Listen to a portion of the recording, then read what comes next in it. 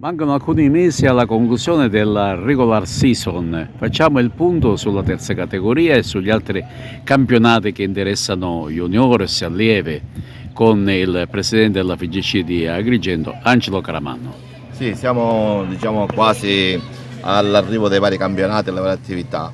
Partiamo dall'attività di base che dopo la prima fase autunnale conclusasi con tante attività che abbiamo fatto, con i primi calci, pulcini, esordienti, insomma tutte le attività che sono nell'attività di base. Adesso abbiamo fatto di nuovo l'iscrizione e il calendario per quanto concerne la fase primaverile. Devo constatare con piacere che abbiamo avuto in questa fase primaverile un numero di squadre in più iscritte per la partecipazione a questa attività, quindi diciamo che cresciamo sempre di più e abbiamo molto interesse da parte della società per queste attività che noi proponiamo e svolgiamo durante l'anno.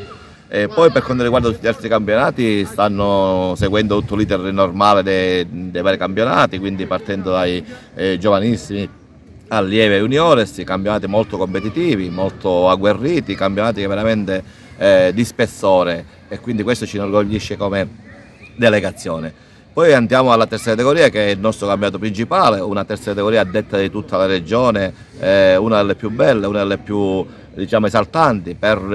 Basta pensare che nell'arco di 4 punti ci sono 6 squadre che lottano per vincere il campionato, squadre molto ben formate a livello di organico. Ci sono calciatori che potrebbero benissimo vestire le maglie di squadre di eccellenza, promozione, ma per motivi diversi, di lavoro, di studio, preferiscono giocare nella squadra del proprio paese, e quindi diciamo che questo permette di alzare il livello di questa terza categoria, che tutto ha il nome è solo terza categoria, ma tutto ha tranne che terza categoria, perché ripeto, io vado a vedere le partite e mi diverto forse più di altre categorie di livello superiore, quindi diciamo che siamo contenti.